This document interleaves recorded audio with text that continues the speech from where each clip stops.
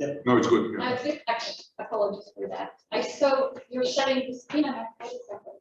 All right, let's go further. I think now we go to privity or knowledge. That's adopted under LLA to break the limitation of liability easier than under LLC. That's my first impression. And second impression is that while prove that the ship owner acted with willful misconduct, under LLA is the other way around. So it's the ship owner or the demise charter to prove that there was no privity or knowledge. And this privity or knowledge is actually similar to actual knowledge exceptions. So you can see in one of the cases the court has explained that privity or knowledge refers to the vessel owner's personal participation in or knowledge of seaworthiness which caused or contributed to the casualty, while in cases of individual owner that will be personal participation in the act or awareness of the conditions that led to this malady, he had knowledge about it. In case of corporate owners, it depends how high in the hierarchy of a company this person who acted had this knowledge was. Can you attribute that? Can you link that to the knowledge of the company? And the case law that we have shows that generally of privity or knowledge of managing agent, officer, or supervisory employee. And knowledge also, that's important, should not be understood only objective or constructive knowledge. So it's not only what he knew, but what he ought to know, what he should have known. That's quite important. So generally, it seems that the ship owner may limit liability for negligence of his employees. They are not in ship owner's privity or knowledge. If he selected a competent master, if he trained the crew properly, and death claims, now the Act states that the privity or knowledge of the master at or before the commencement of the voyage, the beginning of the voyage, is imputed to the owner. So there is some facilitation. In Amorco Cadiz case, the court mentioned that it seems that there is a judicial trend showing that the courts extend the privity and knowledge concept to maintain the full limitation, full liability, no limitation of liability of the ship owner. That the privity and knowledge of the ship owner, this concept has been extended, including corporation knowledge or privity of lower level employees, requiring owner to exercise, imposing a heavy burden on the ship owners to prove their lack of privity or knowledge. And Gilroy and Black, in their Admiralty law book, say that control and inspect the vessel the ship owner demise charter have, the greater possibility that there will be privity and knowledge maintained in the proceedings. So now I have a short question for you. Let's try a short recently decided by one of the American courts. The situation of the case is as follows. The captain's use of his personal cell phone led to the collision of the ferry with a pleasure boat. It was revealed that the ferry owner had no policy barring the use of personal cell phones by its captain, while operating the ferry, and he did not object to that practice. So the question is, would you say that under LLA 1851, within the privity and knowledge of the ship owner or the demise charter? It depends. Right, that's always a good question. That's always a good answer. How about we can use the Mentimeter webpage for that? So we can, if you could take your phones or computers and go to Menticom, and there is a code for voting, and I'm going there right away.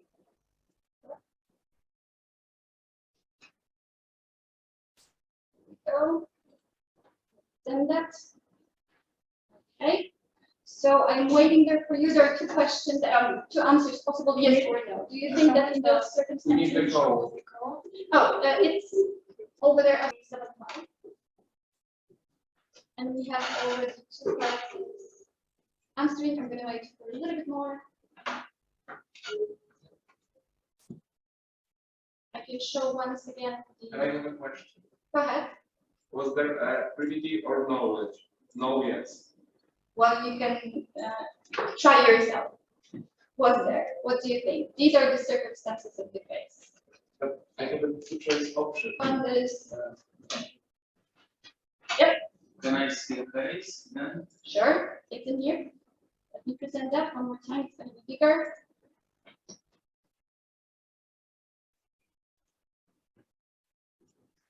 Well, my alarm clock will go in a second, so let me see how many votes we gathered already.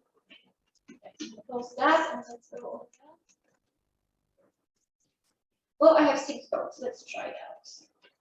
Yes, majority of you answered yes.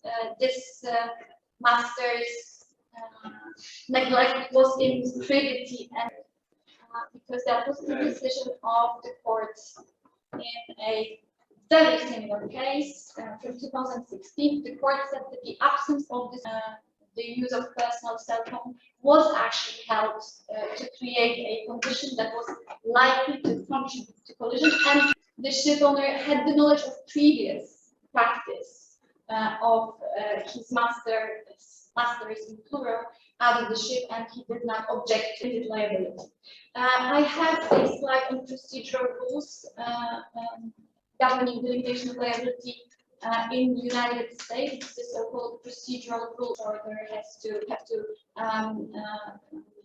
make a complaint in a district court, in a proper district court, in a time of 6 months time bar under the procedural rule, and the court decides first of all and then the next, and yes, the next step is and no, obviously then the next step is can he maintain the limitation of liability considered by the court, and the funds distribution is on pro rata basis among all submitted claims, and last but not least the additional advantage of all claims. So once the complaint is initiated in a district court, any other proceedings in other courts on liability, because the litigation court issues an injunction to cease other proceedings. So this process is quite beneficial for the ship owner. Well, oil pollution claims are not covered by the LLA 1850 Pollution Act, which by some authors was actually in the beginning renamed as Oil Punishment Act because it was so severe. In the severity of this act was actually one of its main feature was the limitation of liability. It's much easier to break, and obviously under CLC. So conduct verification is as not only will from conduct but also percentages. We don't have that, neither LLNC nor CLC convention. Or the third one is the violation of applicable federal safety construction or operating regulation. So it's the ways to break the limitation of liability because of oil pollution claims in the US, especially since this gross negligence with misconduct or violation of applicable law is not only by the responsible party, but also by a person who are within a contractual relationship with the responsible party. That's why I like to say that while under the right, under OPA, it is just a privilege which may be very easily lost. And that finishes the presentation. I think that the slides will be sent or uploaded on a web page. There is for the reading proposals. Thank you very much. Thank you.